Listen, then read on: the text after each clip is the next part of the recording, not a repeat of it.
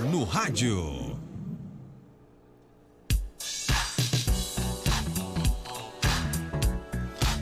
Check-up no rádio, hoje com o médico otorrino do Toino Lobo. Seja bem-vindo aqui ao nosso Panorama 95 do Toino, bom dia. Muito obrigado, Marcos. Bom dia a você, bom dia a João Marcelo, que já se encontra aqui no estúdio, e bom dia a todos os ouvintes do Panorama 95. Cuidados com as cordas vocais, né? A gente sabe que muitos profissionais utilizam a voz em demasia, né? Então, é necessário realmente termos cuidado com as cordas vocais? Absolutamente necessário, totalmente necessário.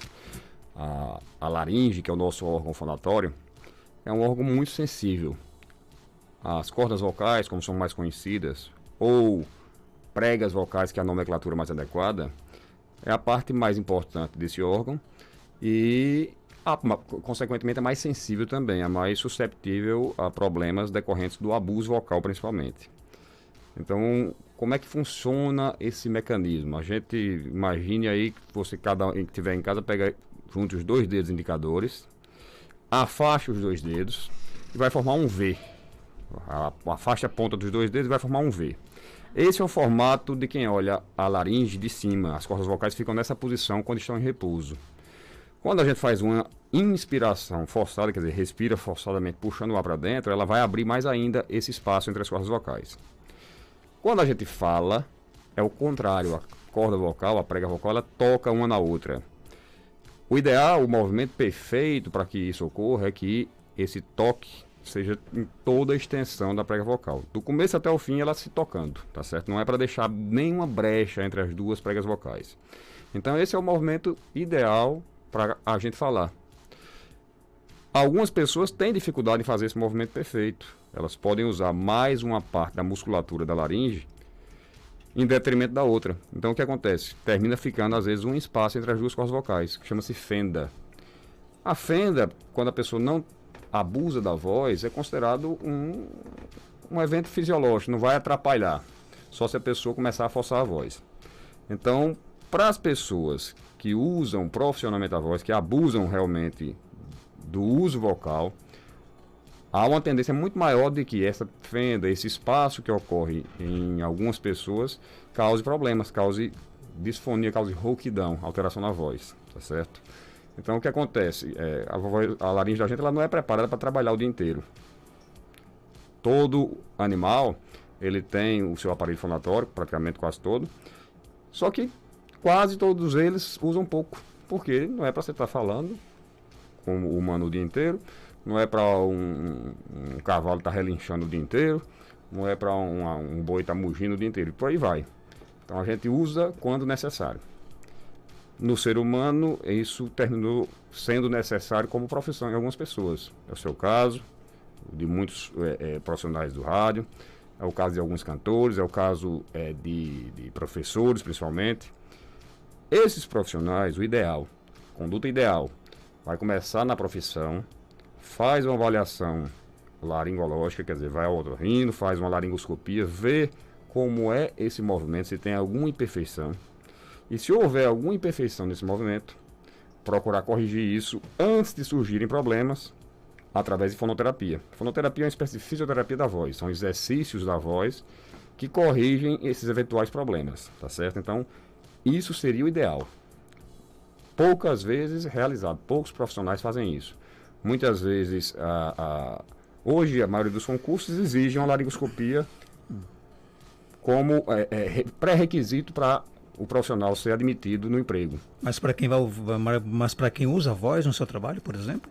Quase todo concurso para professor hoje, se tiver um concurso para professor, é pré-requisito para assumir o emprego uma laringoscopia, para comprovar como era a situação da laringe, da corda vocal, da prega vocal, na data da admissão ao emprego. Porque se surgirem problemas decorrentes disso aí, o empregador, no caso o Estado, o município, pode dizer, não, já existia isso aqui antes, não foi corrigido por falha não do Estado e sim do profissional.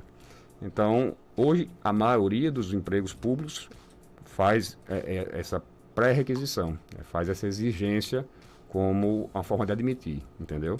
O que é correto, é bom, porque se for identificado qualquer alteração, isso não impede ninguém de assumir o emprego. Mas abre o olho do paciente que precisa ser feito um tratamento, uma correção para evitar problemas no futuro. Então isso aí seria um passo gigantesco para a saúde vocal dos profissionais que usam a voz, se fosse feito de uma forma global. Todos os profissionais fizessem isso. Seria já muito importante. O que é que mais prejudica as cordas vocais? E coisas que a gente faz no dia a dia até sem perceber, por exemplo. O principal é o abuso vocal mesmo, né? Nada é mais prejudicial à corda vocal do que o abuso vocal. Principalmente se a pessoa tem uma tendênciazinha de deixar aquele espaço, como eu falei, entre as cordas vocais. Então, na pessoa que tem essa tendência e que continua usando abusivamente a voz com esse problema sem ser corrigido, naquela região onde há um maior contato entre as duas cordas vocais, a pessoa usa com mais força. A força que era para ser distribuída por igual, ela vai ser distribuída com maior intensidade num só ponto. É como se uma pessoa andasse o tempo inteiro de ponta de pé ou sobre o calcanhar. O peso do corpo que está sendo distribuído por toda a planta do pé vai ser distribuído somente num certo ponto, na ponta do pé ou no calcanhar. É mais ou menos essa comparação. A gente, quando usa a corda vocal de uma forma a exercer uma força maior num certo ponto, essa força maior, obviamente, pode causar problemas. O principal problema que decorre desse atrito da corda vocal com a outra num só ponto é a formação do nódulo vocal, o famoso calo. O calo surge disso aí. É mais ou menos o mesmo mecanismo de um sapato apertado. Pelo atrito do couro do sapato com o nosso pé, num certo ponto, uma ponto de maior força, vai formar aquele calo. Então, da mesma forma, pode acontecer com a corda vocal. Aquele atrito continuado, num só ponto, pode terminar ocasionando a formação do famoso calo, que também pode ser corrigido com fonoterapia. Nem todo calo, a maioria não é necessária intervenção cirúrgica. A maioria resolve bem com fonoterapia. Então, para mim, o maior risco à saúde vocal é o abuso mesmo. Algumas outras coisas podem também comprometer. Por exemplo, quem trabalha com voz tem que manter a laringe sempre hidratada. Você que está aqui o dia inteiro nessa rádio, eu que estou no meu consultório, falando bastante, converso bastante com meus pacientes, o correto é ter sempre um copinho d'água do lado e sempre que possível estar se hidratando. Isso aí é fundamental, é importante, ajuda muito. Aquele pigarrozinho na garganta que a pessoa às vezes tem, limpando a garganta o tempo todo. Isso geralmente tem uma causa para isso e deve ser tratado, porque isso aí irrita bastante também a mucosa da garganta e inclusive a corda vocal. A corda vocal é a principal área acometida por esse pigarro. Muitas vezes as pessoas usam o pigarro achando que está desobstruindo pelo contrário, prejudica. Na verdade, assim, o objetivo é exatamente isso. O pigarro nada mais é do que um mecanismo de limpeza da laringe. Tá certo? A pessoa faz isso por quê? Porque está acumulando alguma secreção sobre a prega vocal e isso interfere realmente no padrão vocal. A pessoa vai ter alguma alteração no padrão vocal, a tendência a ficar rouca, a voz mais fraca. Inconscientemente, muitas vezes, a pessoa vai lá e limpa a garganta. Fazer uma vez ou duas, como eu fiz agora, não vai causar nenhum prejuízo. Mas passar o dia inteiro pigarreando, isso vai causando microlesões na mucosa da laringe e causa um processo inflamatório crônico, a famosa laringite crônica, e não é adequado para ninguém, para a saúde vocal de ninguém. O ouvinte quer saber se esse calo que você se referiu pode ser corrigido. Pode, totalmente corrigido, na maioria das vezes, de uma forma simples, com fonoterapia. À medida que a pessoa... Pronto, o exemplo que eu citei, o sapato apertado, qual é o remédio para o calo desaparecer?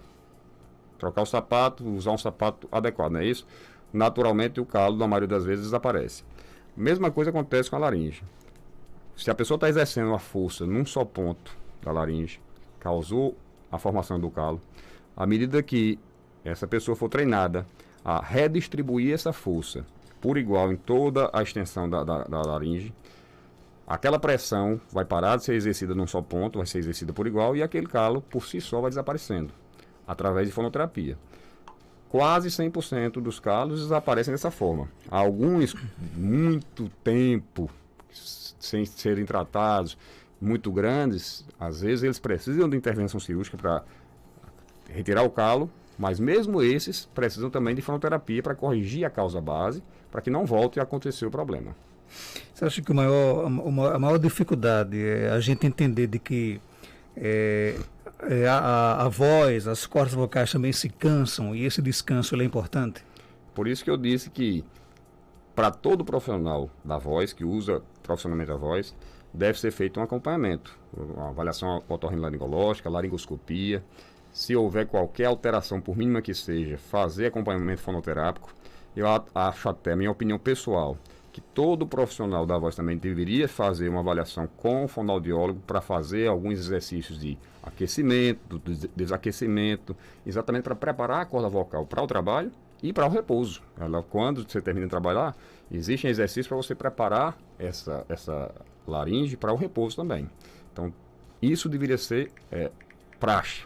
O profissional da voz deveria ser sempre acompanhado através de otorrinolaringologista, através de laringologia, que é um exame, ou laringoscopia, que é um exame para ver a laringe. A gente não consegue ver a laringe a olho nu, precisa recorrer a exames. E através de acompanhamento profissional de fonoaudiólogo para treinar melhor essa pessoa a usar a voz adequadamente. Doutor Enio, eu ouvindo pergunta, eu tenho um pigarro que costumo dizer que é de nascença. Às vezes chega a ficar rouco. Qual o tratamento inicial a fazer? Daniel de São Fernando. Bom dia, você já nasce com esse pigarro? Bom dia, Daniel. As causas de pigarro são muito diversas. As mais comuns, vamos lá. Problemas inflamatórios crônicos da mucosa da garganta ou do nariz, que são as rinofaringites, geralmente alérgicas. Isso aí é a causa talvez mais comum. Refluxo dá bastante pigarro também, é um sintoma muito comum em quem tem refluxos. Então, a primeira coisa, diagnosticar qual é a causa desse pigarro no paciente. Até problemas de origem psicológica também podem dar pigarro. A pessoa que tem muito estresse, muito ansiosa, pode pigarrear por um reflexo não fisiológico, e sim psicossomático. Então, tem que identificar a causa, identificar dessa causa, tratar especificamente de acordo com o que for. Então, o primeiro passo é fazer um diagnóstico. Por que essa pessoa pigarreia tanto? Depois de diagnosticado, tratar adequadamente. Tem mais pergunta aqui no nosso WhatsApp, 992053030. Vamos ouvir aqui, bom dia. Marco, bom dia, tudo bom? Eu gostaria de fazer uma pergunta aí ao médico, porque faz uns 3 dias que eu tô com o nariz assim em cima, por fora, no osso, doendo muito, que eu não tô conseguindo nem usar o óculos direito. Gostaria de saber dele se isso é uma crise de sinusite. E ele, Toênio? Grande possibilidade de ser, sim. Dor na região nasocinusal, quer dizer, no nariz, nessa região dos ossos da face, geralmente tem causa inflamatória. Pode ser uma rinocinusite alérgica, que pode causar dor também, não é tão comum, mas pode causar dor. Pode ser uma rinocinusite viral, as viroses da vida, gripes e afins, podem também causar esse tipo de processo inflamatório com dor. Pode ser uma rinocinusite infecciosa bacteriana, que também causa sintomas parecidos. Então, há uma boa possibilidade, sim, de ser alguma coisa inflamatória da região nasocinusal, mas não é a única causa possível. Ok, tem mais perguntas? Bom dia. Bom dia, doutor. Eu realizei uma cirurgia de vesícula há poucos dias, está com 41 dias.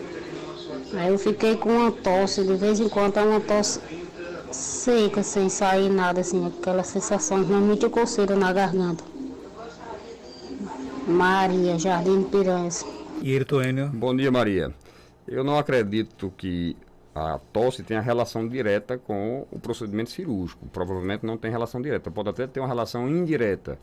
Quando a pessoa vai ao hospital fazer uma cirurgia dessa, muda de ambiente, às vezes tem contato com mais ar-condicionado, com um lençol de cama com produto de lavagem diferente do que se usa em casa, e pode ter desencadeado um quadro alérgico, uma faringite alérgica, uma rinofaringite alérgica, que pode estar causando essa tosse. É uma das possibilidades, não é a única, existem outras, mas eu diria que essa daí talvez é mais provável. Não é uma relação direta com a cirurgia, não. Não foi do ato cirúrgico em si que desencadeou essa tosse, não. Tem mais perguntas? Bom dia. Marco, bom dia. Eu queria perguntar a ele sobre escarro contínuo. Eu estou com problema de escarro direto, escarrando uma certa secreção. Na garganta, isso é normal? Nosso poeta Derbal lá de Vera Cruz, e aí? Derbal, bom dia. Aí é mais ou menos a mesma resposta para aquela questão do pigarro, as causas do pigarro. Tem muitas causas, as mais comuns são os processos inflamatórios da mucosa nasal, sinusal e faríngea. Aumenta a produção de muco, então a região da gente interna do nariz, a garganta, ela é revestida de mucosa. Do jeito que a gente por fora é revestido de pele, por dentro a gente é revestido de mucosa. Mucosa, o próprio nome diz, produtora de muco, ela produz muco, essa secreção que mantém o nosso lado interno úmido. Em algumas situações, esse muco ele é aumentado, a quantidade de produção. Então, as inflamações são as causas mais comuns, processo inflamatório crônico. As rinites alérgicas, as rinossinusites alérgicas, as faringites, ou, não sendo alérgica, infecciosas, tem muitas causas possíveis. A maioria desse aumento de produção de muco é decorrente de inflamação. Aí tem que descobrir qual a inflamação que está causando esse aumento e tratar. Tem mais perguntas? Vamos ouvir. Bom dia. Bom dia a todos. Doutor Enio, eu gostaria de saber o porquê que eu vivo sentindo aquele ressecamento na garganta. Às vezes eu durmo, quando acordo é com a boca seca. Eu já tenho um problema de corda vocálica e sou muito estressada. O tom da minha voz, muita gente já presta atenção quando eu falo. Às vezes engrossa, eu fico com a voz bem grossa. E às vezes muda de voz. Aí eu sou preocupada com isso.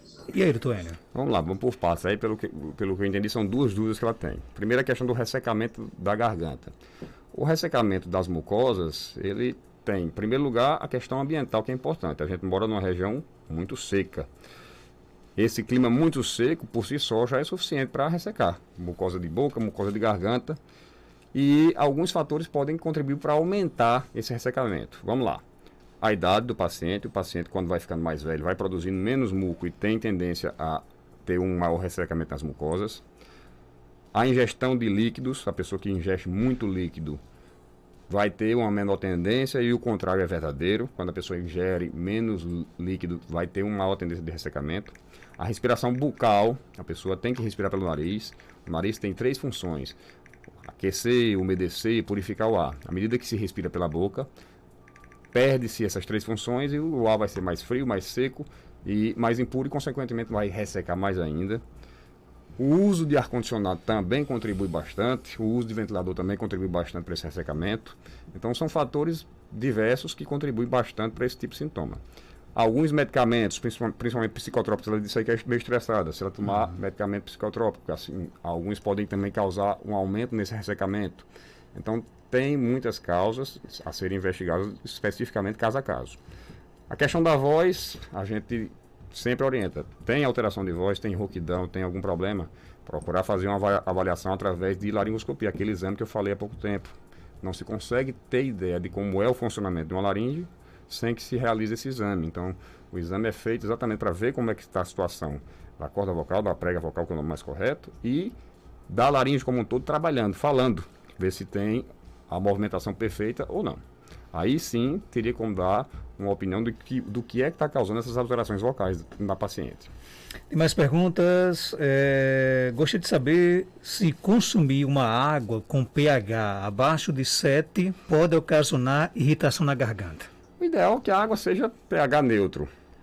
Pequenas alterações não vão causar nada demais, tá certo? Grandes alterações, sim. As alterações maiores, bem alterado o pH, podem causar, sim, realmente algum tipo de irritação na garganta. Nada muito grave, a não ser que a pessoa tome ácido mesmo, lógico. Mas uma água com uma alteração de pH mínimo, não acredito que vai causar nenhum problema mais sério, não. Outra pergunta, o ouvinte quer saber aqui se a água quente traz prejuízo para a garganta. A água gelada demais é pior, tá certo? O corpo da gente está na temperatura interna a 37 graus. Então você jogar um líquido a 2, próximo de 0 grau, aí realmente é um choque térmico, e todo choque térmico é desfavorável ao bom funcionamento do organismo. A água natural, não tem prejuízo nenhum, não tem porque a pessoa se preocupar se está tomando água natural. água quente demais, ninguém vai estar tomando água morna, fervida. Eu não vejo ninguém fazendo isso. Então, se a água está sendo consumida de forma natural, não tem problema não. Dr. Eno Lobo, ele é médico otorrino, está na Clínica Cardiokid, na Rua Augusto Monteiro, 1248, no centro de Caicó. Telefone 3417-1016, 99667-7510 e o WhatsApp 981544453. Doutor Enio, obrigado pela sua participação. Eu que agradeço, Marcos. Um bom dia a todos. Até a próxima semana, se Deus permitir. 8 horas 14 minutos, confirmando 8h14.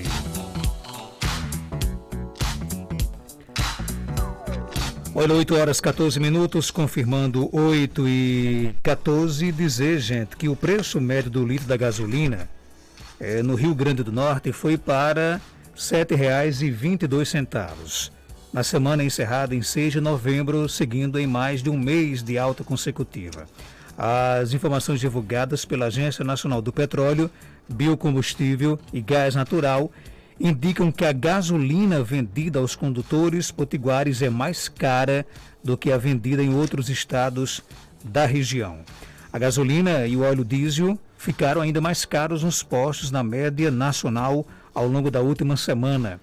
O litro da gasolina estava custando em média R$ 6,71 no período de 31 de outubro a 6 de novembro, no último sábado, o que representa uma alta de 1% frente à semana anterior, quando a Petrobras anunciou reajuste nas refinarias.